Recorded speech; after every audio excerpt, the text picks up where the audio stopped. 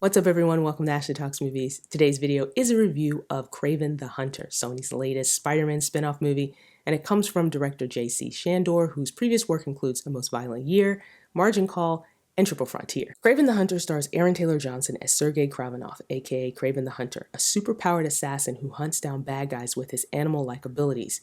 Kraven's strained relationship with his gangster father, played by Crowe, has kept him away from the family business, but when his half-brother, played by Hechinger, is kidnapped, Kraven finds himself on a path of vengeance. Before I jump into the review, do me a favor, like, comment, and subscribe so you don't miss any of the videos I post here on the channel. My son, we are hunters, the greatest the world has ever known. Охотник до сказки.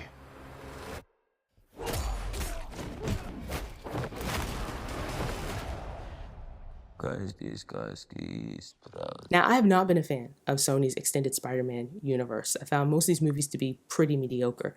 And with Morbius, Madam Web, and even the last Venom movie, it was clear that Sony didn't really know what to do with these characters without Spider-Man.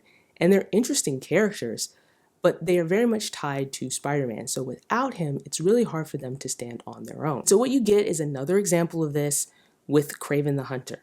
Just more of the same, a lackluster comic book movie. And Kraven is bad, and it's bad for a number of reasons. The story is one of the main problems. It's bloated, and it's unable to successfully handle the different storylines and all the different characters that it's juggling. The movie spends a lot of time on Kraven's backstory, which isn't even very interesting, and it often sets up things that have little to no payoff later on. The plot is just baffling at times, and the movie often doesn't even follow its own logic. Now, Kraven has these superpowers, but what those aren't really defined, and they seem to just kind of fit whatever situation calls for them. And for a movie like this, a comic book movie with villains and anti-heroes, it doesn't really have a lot of action.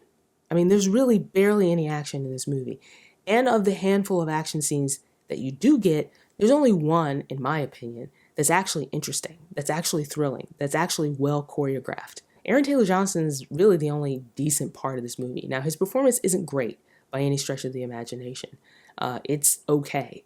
But I think he's doing what he can with the material that he's given, and what he's given is a lot of terrible dialogue. I mean, this dialogue is really bad, and he has to deliver some really terrible lines.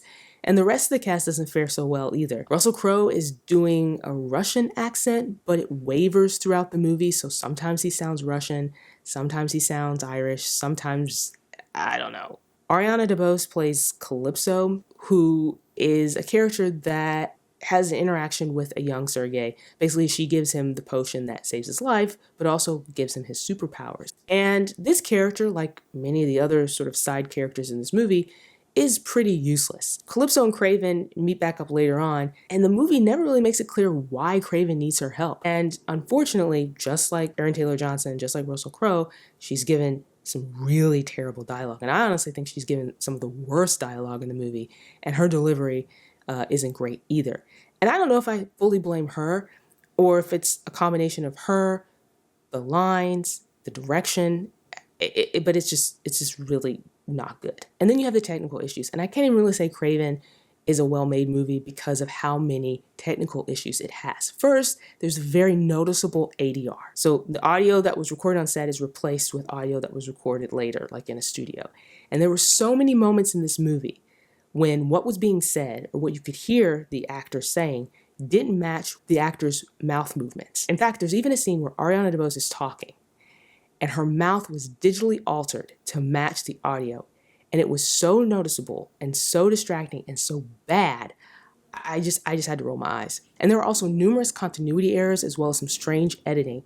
And the only excuse I can come up with for the editing is that they were trying to cover up those ADR and continuity issues. Doesn't make it okay, but I think that's what they were trying to do. It appears that this is the last of Sony's extended Spider-Man universe movies, and honestly, I think that's for the best.